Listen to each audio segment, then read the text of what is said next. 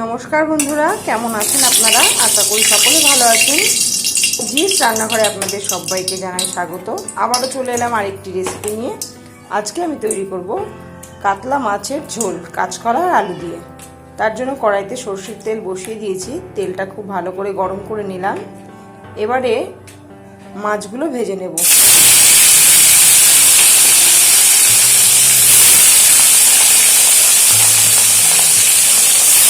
আপনারা পুরো ভিডিওটি প্রথম থেকে শেষ পর্যন্ত দেখবেন। আর আমার চ্যানেলে নতুন বন্ধু হয়ে থাকলে চ্যানেলটি অবশ্যই সাবস্ক্রাইব করতে ভুলবেন না। মাছগুলোকে এবার উল্টে দেব।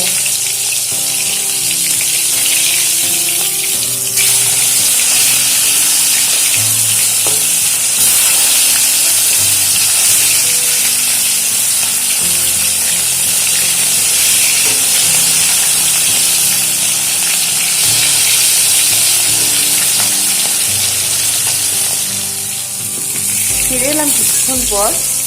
মাছগুলো খুব ভালো করে ভেজে নিয়েছি। এবারে মাছগুলোকে একটা পাত্রে নামিয়ে নেব। মাছ ভেজে নেওয়ার পর যে অবশিষ্ট তেলটা বেঁচে থাকলো তার মধ্যেই আমি গোটা জিরে ফোড়ন দিয়ে দিলাম আর দিয়ে দেব কেটে রাখা আলু।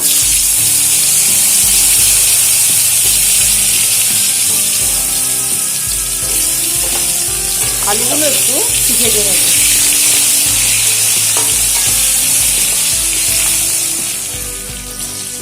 আলুগুলো একটু ভেজে নেওয়ার পর এবার এর মধ্যে দিয়ে দেবো কেটে রাখা কাঁচকলা।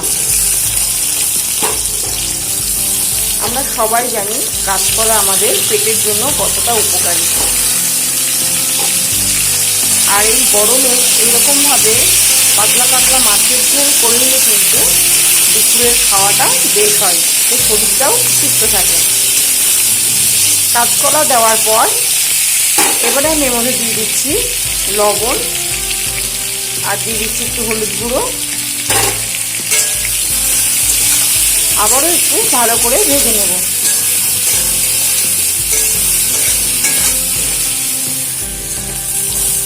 আলু ও কলাগুলো খুব ভালো করে ভেজে নিয়েছি। এবার এর মধ্যে মশলাটা দিয়ে দেবো। মশলা হিসাবে এর মধ্যে দিয়ে দিয়েছি আদা বাটা, জিরে বাটা, কাঁচা লঙ্কা। এবারে একটু খুব ভালো করে কষিয়ে নেব, যেহেতু এর মধ্যে আদা দিয়েছি।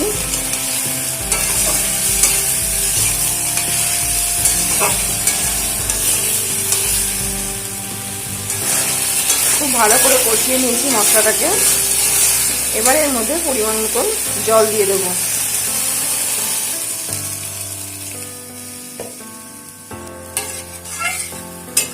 আর লবণ হলুদ তো আমি আগেই দিয়ে দিয়েছি ভাজার সময়। এবারে ঝোলটাকে ফোটা পর্যন্ত অপেক্ষা করব। ঝোলটা খুব ভালোভাবে ফুটে উঠতে শুরু করেছে। এবারে আমি ভেজে রাখা মাছগুলো এর ভেতরে দিয়ে দিচ্ছি।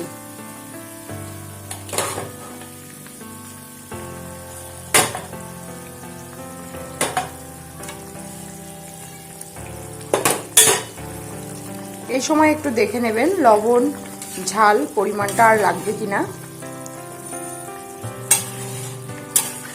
মাছ দেওয়ার পর আরো কিছুক্ষণ আমি ঝোলটাকে ফোটাবো। ফিরে এলাম কিছুক্ষণ পর। মাছের ঝোল কিন্তু একদম তৈরি হয়ে গেছে। আর গরম গরম ভাতের সঙ্গে এক টুকরো গন্ধরাজ লেবু আর এইরকম মাছের ঝোল হলে আর কিচ্ছু লাগবে না। তোমার আজকের রেসিপি কেমন লাগলো আপনারা অবশ্যই জানাবেন। ভিডিওটি ভালো লাগলে লাইক শেয়ার কমেন্ট করতে ভুলবেন না। আজকের মতো শেষ করছি এখানেই। আবারও হাজির হয়ে যাব নতুন কোনো রেসিপি নিয়ে। ততক্ষণে ভালো থাকবেন, সুস্থ থাকবেন। ধন্যবাদ।